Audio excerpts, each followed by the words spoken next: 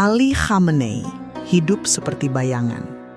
Tidak muncul sembarangan, tidak bergerak tanpa perlindungan. Bahkan napasnya dijaga negara. Tapi di dunia modern, bersembunyi itu ilusi. Karena yang diburu bukan cuma tubuh, tapi jejak.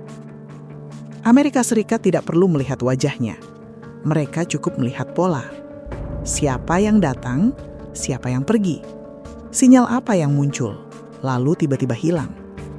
Bayangkan ini, sebuah gedung sederhana di tengah kota. Tidak mencolok, tidak spesial. Tapi setiap beberapa minggu, listriknya melonjak tiba-tiba. Lalu mati, lalu naik lagi.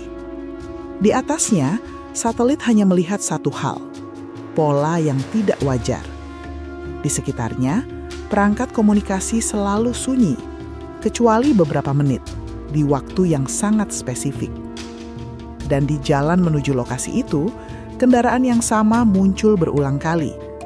Rutenya berbeda, tapi tujuannya sama. Ini bukan kebetulan. Ini pola yang terlalu rapi untuk jadi kebetulan. Disinilah perburuan dimulai. Bukan dengan tentara, tapi dengan data.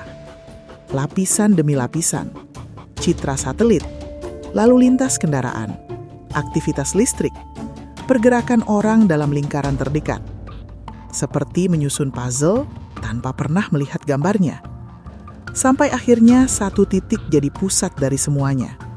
Dan ketika semua garis bertemu di satu tempat, mereka tidak lagi bertanya, apakah dia di sana?